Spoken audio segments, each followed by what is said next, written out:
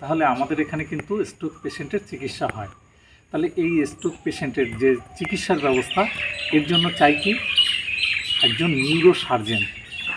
Neurosurgeon মানে ব্রেনের operation করতে পারে এই রকম একজন ডাক্তার আমাদের ওখানে যে আছে। এই বনগাঁয় চিকিৎসা করাতে গিয়ে আমরা ভাবি যে এখন যদি আমরা চিকিৎসা করাই ভালো হয়ে যাবে, কেন বড় হাসপাতাল, কিন্তু ডাক্তার নেই বলে নিয়ে গিয়ে ডাক্তারবাবু আমাদের দয়া করে ভালো করে দেখুন। দেখার পরে যখন বাড়ি ফেরে তখন এক হাত এক পা পড়ে যায়। কারণ হচ্ছে যে স্ট্রোকটা হয়েছে, স্ট্রোক হওয়ার বিষয়টা আমি বোঝাচ্ছি, ছিল হাই প্রেশার। আর হাই প্রেশার থাকলেই হয় স্ট্রোক। হাই প্রেশার থাকলে ব্লাড সার্কুলেশনটা আমাদের হার্ট করে, আর করে যখন সাপ্লাই দেয় আমাদের প্রেশার যেহেতু বেশি আছে ওর জন্য কোনো এক জায়গা থেকে ফেটে যাবে শিরাটা। যেরকম যদি সাইকেলের চাকায় হাওয়া বেশি থাকে তাহলে কী হয়, ফেটে যায়। যে জায়গাটা নরম থাকে সেই জায়গা থেকেই ফাটে।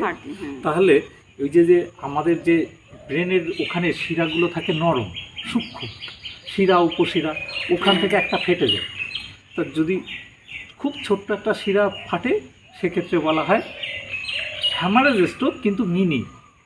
আর মিনি স্ট্রোক হলে সেই মানুষটা হয়তো প্যারালাইজ মতো হয়, হাত পায়ে কমজোরি পায়, কিন্তু যে কোনো এক সাইডে কমজোরি হয়ে গেল।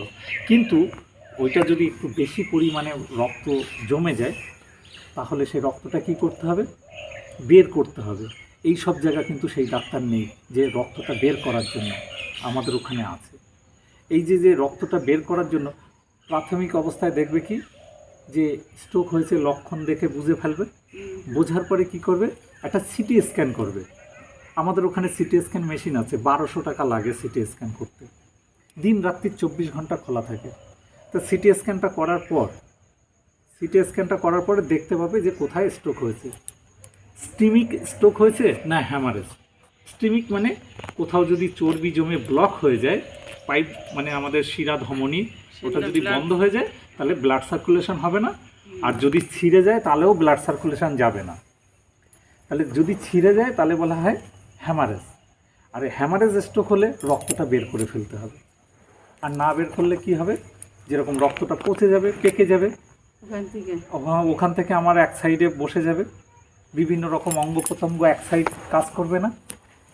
তাহলে কি করতে হবে, এই যে স্ট্রোক হয়ে গেল, স্ট্রোক হওয়া মানে যখন ব্লাড সার্কুলেশন হবে না, মানে আমাদের হার্ট পাম্প করে অক্সিজেনযুক্ত রক্ত সারা দেহে পৌঁছে দেয়। এইবার সেই রক্তটা যখন পৌঁছাতে পারছে না তখন কি হবে, যে জায়গাগুলো যাচ্ছে না রক্তগুলো সেই জায়গার কোষ অর্থাৎ সেই সেলগুলো নষ্ট হয়ে যাচ্ছে। কারণ ধীরে ধীরে সেই মানুষটা পঙ্গু হয়ে যাবে। আপনি কি চান ওইখানে যাচ্ছে মানে আমার এদিকেও কাজ করবে না? এই সাইড আস্তে আস্তে যে নার্ভ সিস্টেম কাজ করা বন্ধ করে দেবে।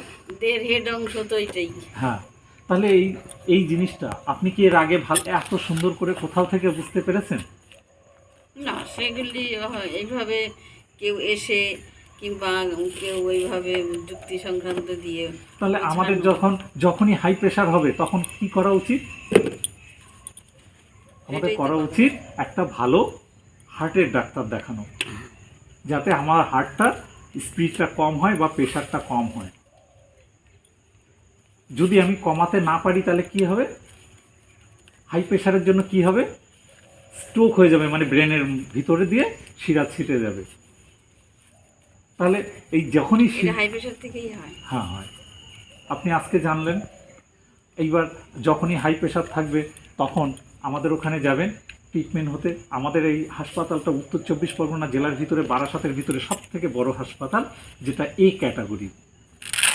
এর আগে আপনি শুনেছেন যে অমুক নার্সিংহোম, আমাদেরটা যে অনেক বড় এটা আপনি জানতেন আগে? রীতাদি কিন্তু ওখানে কাজ করে। ও ঢোকার পরে ওর কাছ থেকেই যে একটু শুনেছেন, কিন্তু এত বিস্তারিত জানেননি। আপনার শরীর খারাপ হলে যে কোনো একটা নার্সিংহোমে গেছেন বা কোনো একটা ডাক্তারের কাছে গিয়ে পরামর্শ নিয়েছেন। কেন, রীতাদি তো আমার বাড়ির পাশে, কি আর চিকিৎসা দেবে, আর কোথায় না কোথায় যায়, এরকম একটা ব্যাপার ভাবতেন। সেটা তো ঠিক। হ্যাঁ ঠিক, এই সত্যি কথা বলার জন্য আপনাকে ধন্যবাদ। তা এইবার দেখেন, আজকে আপনি অনেক কিছু নতুন তথ্য জানলেন।